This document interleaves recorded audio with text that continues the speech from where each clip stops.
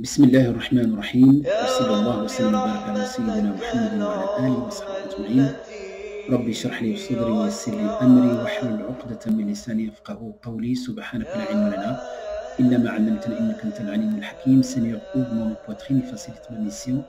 Aidez-nous à nous ma langue afin qu'ils comprennent mes paroles. Gloire à toi, nous n'avons de science que ce que tu nous as appris. Certes, c'est toi l'omniscient et le sage. Mes chers frères, mes chères sœurs, assalamu alaikum wa rahmatullahi wa barakatuh. Voilà donc un sujet qui est très important, qui nous touche donc de près de loin, un sujet qu'on essaie des fois d'éviter son évocation. Donc il s'agit tout simplement de la mort.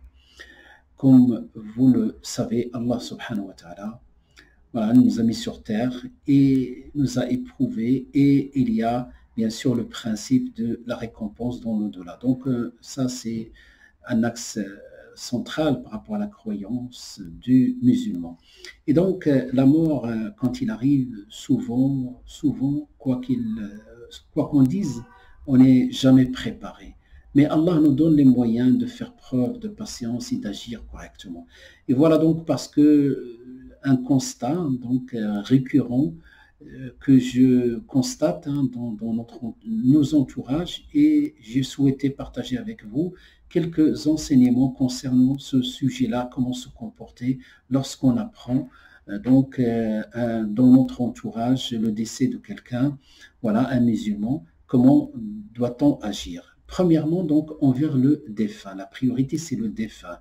Le défunt, qu'on souvent nous appelle à l'hôpital, une personne sur le lit de la mort, en train d'agoniser, en train de partir. Comme Allah l'a cité dans le Coran. On demande à Allah qu'il nous raffirme ce moment-là. Donc, trois règles très simples. Premièrement, donc, avant même de quitter ce bas monde-là, donc on assiste nos sœurs, nos frères, premièrement à mourir en ayant une bonne pensée par rapport à Dieu. Il pense que Dieu va lui pardonner. Il faut lui expliquer ça, qu'Allah est pardonneur, Allah Rahim, Allah Rahman. Donc lui parler de ça, qu'il pense qu'Allah subhanahu wa ta'ala va l'accueillir dans sa miséricorde. Deuxième chose, donc, pour le soulager par la lecture de Surat Yasin, une seule personne avec voix douce et sans trop insister, sans trop déranger. Gardons la douceur envers ces personnes-là. Et troisième chose, de lui dire, répète la ilaha illallah.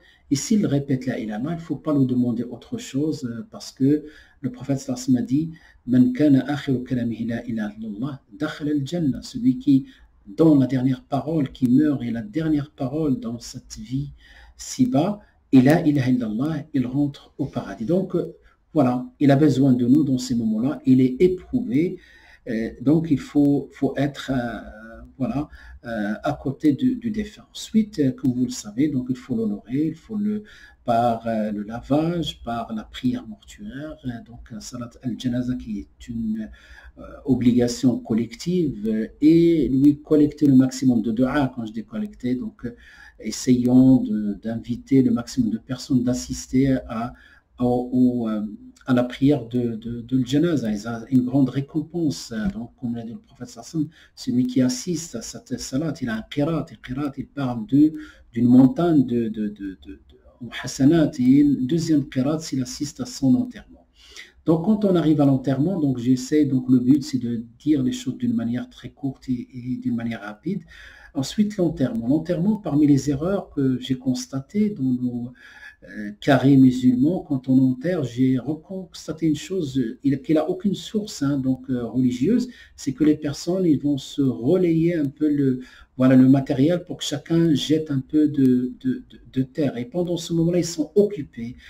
C'est les gens occupés, mais n'oubliez pas, mes frères et sœurs, c'est que là, la priorité, c'est le défunt. Oui, on est en train de l'enterrer, mais ça, c'est peut le faire une ou des personnes. Mais le reste doit s'occuper de lui faire des doigts. Parce qu'à ce moment-là, le prophète, lorsqu'il a enterré un compagnon, il a dit au compagnon de lui faire à votre doua. Donc faites un doua à votre frère. Un doua qu'il soit raffermi, pour répondre aux trois questions. voilà, faites-lui du dua pour qu'il soit raffermi dans la réponse.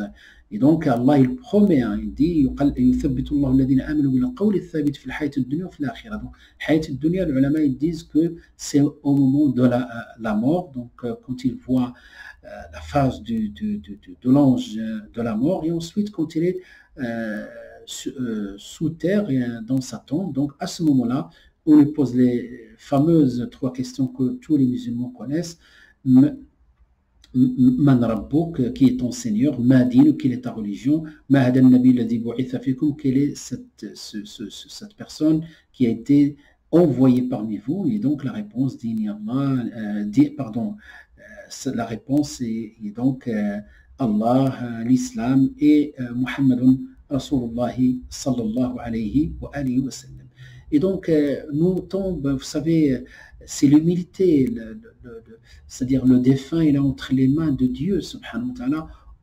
Dans notre religion, aucune forme d'ostentation par rapport à la construction des tombes, mais tout simplement, donc, voilà, donc la tombe doit être la plus simple possible. Même le prophète sallallahu dans des hadiths, il a interdit de construire au-dessus d'une tombe, donc la plus simple possible, la terre, et pour manifester une humilité envers Dieu, subhanahu wa ta'ala. On ne manifeste pas une forme de couche sociale ou je ne sais pas quoi à travers les constructions. Je pense que peut-être cet argent-là, si on veut rendre service à notre défunt, on peut la donner aux pauvres qui ont besoin plus de cet argent-là.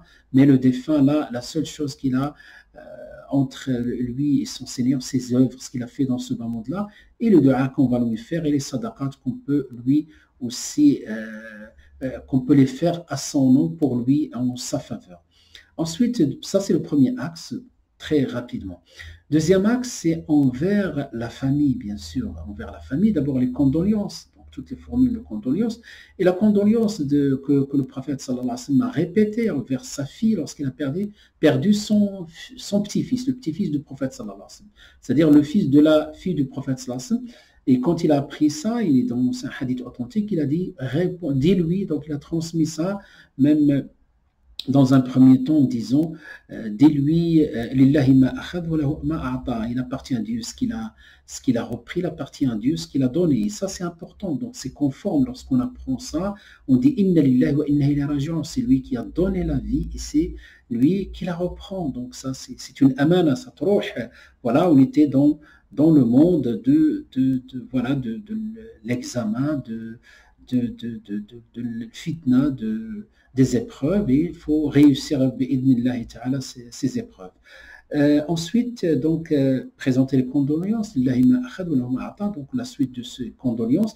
Ensuite, on dit, fais preuve de patience et compte sur la récompense, parce que aucune action n'est gratuite, hein. Toutes les actions sont récompensées, bien sûr, avec une condition de mettre une niya qui est l'âme de l'action. Donc, il faut soulager la famille, être à côté de la famille, aider la famille financièrement, ne pas laisser la famille se forcer à préparer des repas. Malheureusement, ça, c'est que des traditions et ce ne sont pas des bonnes traditions. Au contraire, ce sont des mauvaises traditions d'être lourd financièrement par rapport aux familles. Il faut être le plus sobre et le plus simple possible et au contraire, il faut aider la famille au lieu d'attendre d'organiser des repas, etc. Voilà, donc leur faire des doigts, les soulager, leur faire du rappel. Troisième axe, envers nous, donc c'est-à-dire d'une autre manière, donc ça, il faut que ça soit une exhortation et poser la question à qui le tour, hein, ça peut être toi, moi, ça peut être... voilà, donc à un moment donné, ça va être notre tour et il faut se préparer. Et donc, quand quelqu'un est rappelé autour de nous, c'est aussi un message qu'Allah nous envoie pour qu'on reste sur le droit chemin, sur la voie de la droiture, sur la voie de l'istiqama, d'être le plus conforme aux enseignements de l'islam. Voilà, sallallahu azza wa jalla, an yakuna هذا المقطع إن شاء الله نافعا لي ولكم وجزاكم الله خيرا. Donc j'espère que cette petite vidéo de dizaines et moins de dizaines de minutes soit utile pour moi et pour vous. وصلى الله وسلم وبارك على سيدنا محمد وعلى آله وصحبه أجمعين والحمد لله رب العالمين والسلام عليكم ورحمة الله تعالى وبركاته.